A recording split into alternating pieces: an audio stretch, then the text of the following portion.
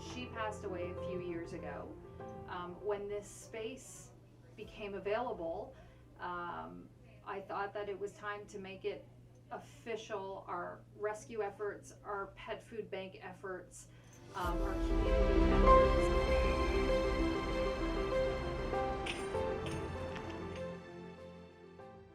Honestly, I've always been passionate about dogs. I feel like that's a very clear reason for my reasoning for being involved at Mattie's place.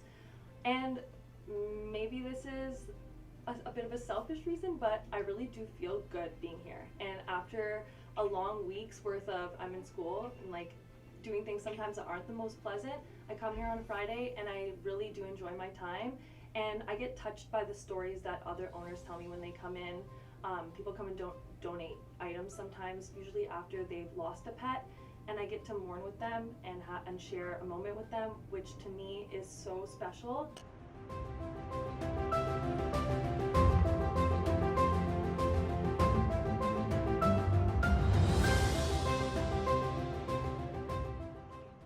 I help run as a volunteer the Mattie's Place food bank, which plays a vital role in our community. We must feed about 150 various pets every week, every Friday. We open our doors from 4 o'clock till 5:30, and we get a variety of people and different people in different situations and different financial difficulties.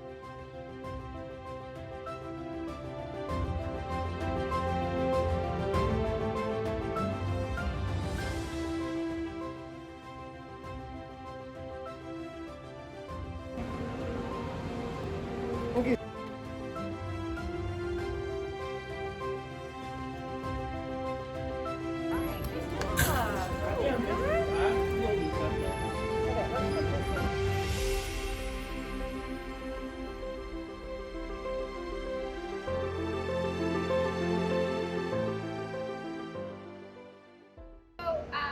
About a month ago, after I booked my flight home, a friend of mine put an ad on Instagram. They shared something from a rescue in their story that said that this rescue was looking for people who were flying from Winnipeg to Toronto or to a whole bunch of different cities in October.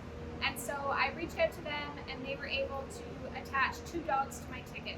And so I didn't have to pay anything for this. They completed the booking for me. And then this morning I met them at the airport, and the foster families, they took care of putting the crates together, loading the dogs up, filling out all of the paperwork, and getting the dogs processed through security. So normally if a dog is being shipped cargo, it can be a lot more expensive. And so by attaching a dog to your ticket, rather than going through the cargo, you can save the rescues hundreds of dollars without any sort of effort yourself. I think I've been volunteering for about 2 years, 3 years. Denise actually just has a list of volunteers or fosters, and then she'll put it out. Well, you do need to complete an application, and then I believe is it a phone interview or in-person interview that you have to actually be approved to be a foster, and then from there, once you're approved, it's almost like you're pre-approved. So when a foster dog comes up, you can agree to foster, and Denise will then contact you.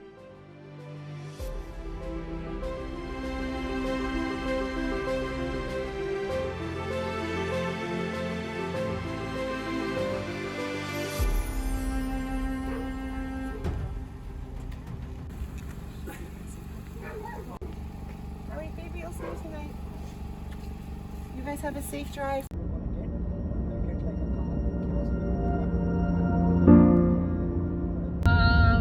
It's a 2.5 hour drive from Thornbury, and we're still 30 minutes away.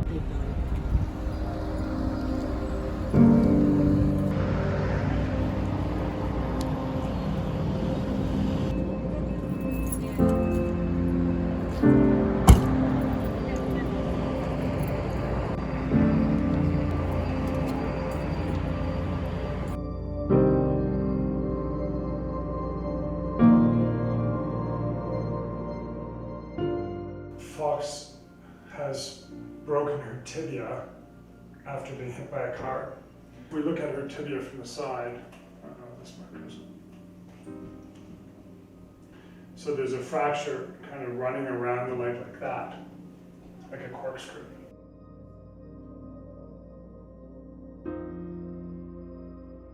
If we don't fix it with some implants, the problem is if she tries to walk on it, the pressure when it comes up through her leg will compress the spiral and shorten her tibia.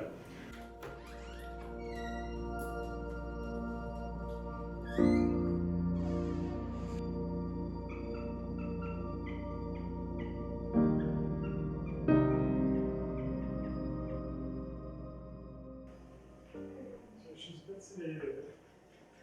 We're not going to operate. No? No. It's already stable. And interestingly, what happens clinically, so the healing, is about 2 weeks ahead of what happens on X-ray, because what we can see on X-ray is the mineral component, which is what looks like what you guys would call calcium or something.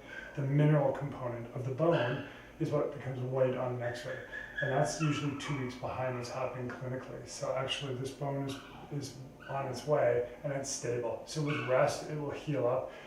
And for me to go in there now, I'm going to be doing a lot of digging around in there.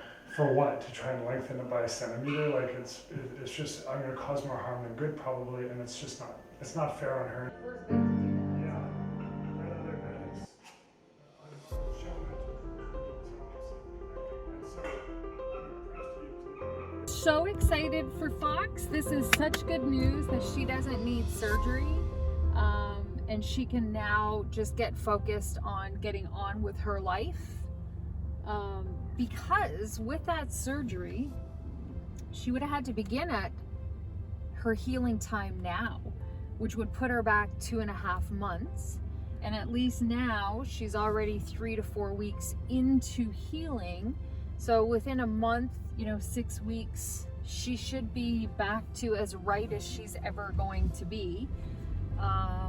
And not have to worry about going through the whole process again of no leash, no jumping, no running, no off leash. West toward Mill Street. This is actually a really good thing, and In it doesn't 400 happen meters, very turn often. left.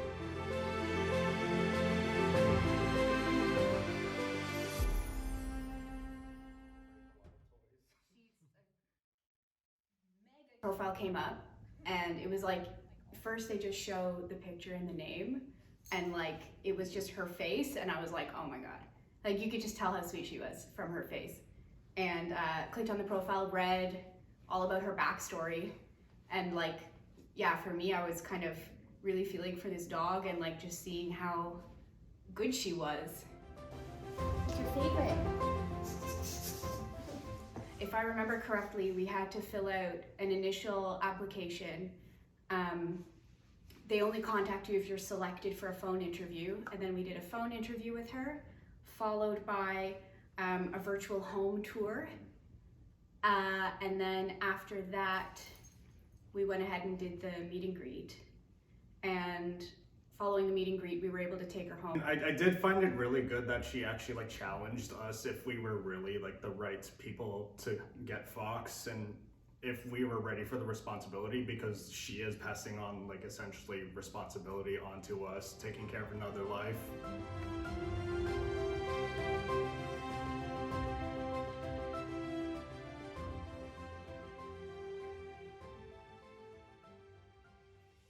And this is Mattie.